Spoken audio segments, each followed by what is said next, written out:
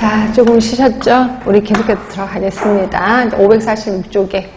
자, 수도 그 수포, 그 변화, 저 외우시라고 얘기를 했고요. 그냥 수도 발진의 특징, 뭐 굉장히 가려운 건 아실 거고요. 그 다음에 같은 시기에 한 부위에서 다른 여러 형태의 발진을 동시에, 결국 반진도 있고, 수포도 있고, 농포도 있고, 다 있다는 거죠.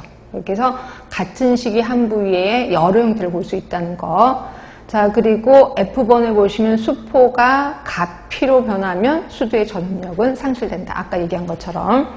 그리고 가피가 떨어지면 자국이 남아요. 근데 이거는 이렇게 평생 하는 건 아니고 조금 있으면, 그러니까 조금은 아니면 조금 오랜 시간이 지나면 정상 피부로 회복이 된다라고 되어 있습니다. 자, 치료법 없는 건 아실 거고요. 대중요법이고요. 그 다음에 가렵긴 엄청 가렵죠. 소양증에 대해서 관리하는 방법 써놨고, 그 다음에 열이 난다 그랬잖아요. 그래서 열간호에 아스피린을 먹이면 안 좋다. 왜냐하면 라이중군이라는 또 부작용이 일어날 수 있어서 그렇게 얘기를 하고 있습니다. 피부간호 뭐 보시면 될 것 같고, 예방법 있는 건 아시죠? 수도. 아까 제가 12개월이 넘어가면 일본 내용 수도를 맞는다라고 얘기한 것처럼 수도 생백신이 있어서 요새는 거의 수도가 잘 안 걸리기도 하긴 하더라고요. 하여튼 요거.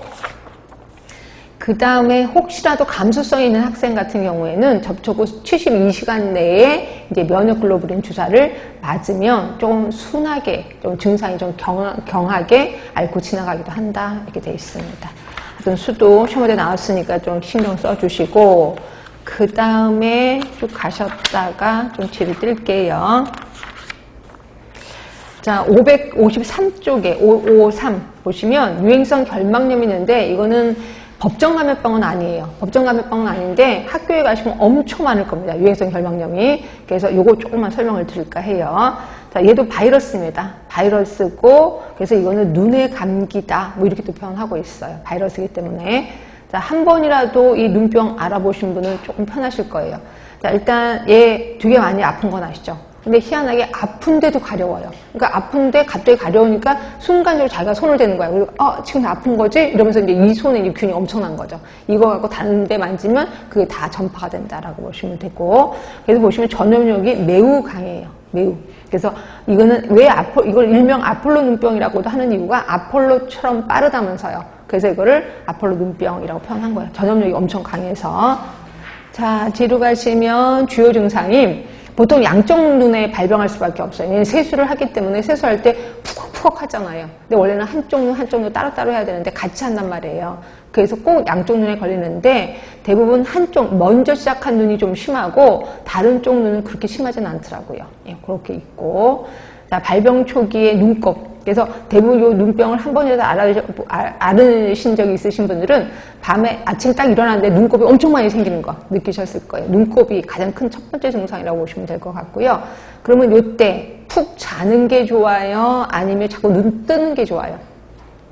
눈 떠 있는 게 좋아요. 왜냐면 눈이 되게 아프거든요. 피곤하고. 그렇다고 잠만 푹 자면 눈곱이 엄청 많이 생겨서 나중에 얘네들끼리 들러붙어요. 그래서 이걸 강제로 떼면 피가 쭉 나오기도 합니다. 그래서 자지 말아라. 그럼 어떻게 하느냐? 이제 의사가 약을 줄 거예요. 약을 수시로 하는 거예요. 자고 한 1시간 정도 자고 또 다시 약 넣고 또 자고. 그래서 거의 1시간 이상을 자지 말아라. 이렇게도 표현하고 있습니다. 당연히 안 돼 하면 안다는 거 아실 거고.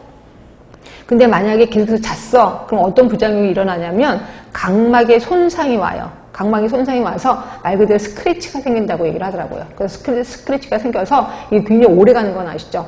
이게 볼 때마다 스크래치가 눈에 보이는 거죠. 이런 현상이 좀 일어난다. 이렇게 돼 있습니다.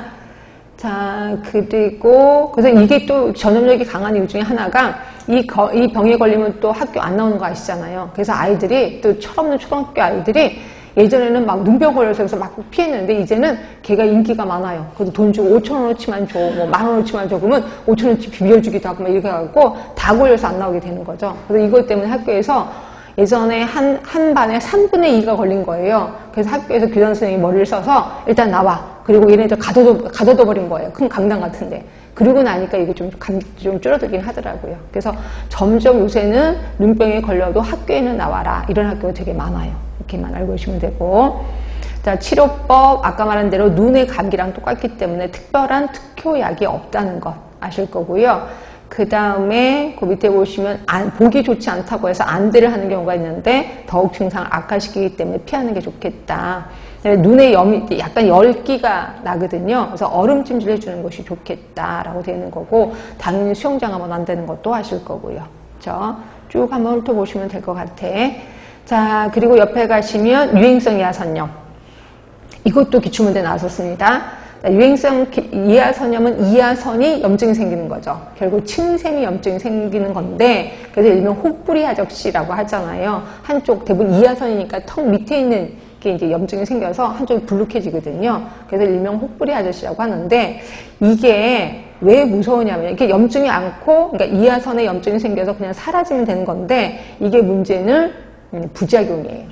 특히 여자애들은 상관이 없어. 근데 남자애들이 어떤 현상이 일어나냐면 고환염에 걸리거든, 이게. 그래서 나중에는 아기를 못 낳는 경우도 많아요. 그래서 남자아이들이 유행성 이하선염에 걸리면 치료를 완벽하게 하지 않으면 얘가 나중에 커서 아기를 못 낳는 경우도 있다라고 생각하시면 돼서 그것 때문에 무섭다는 거죠.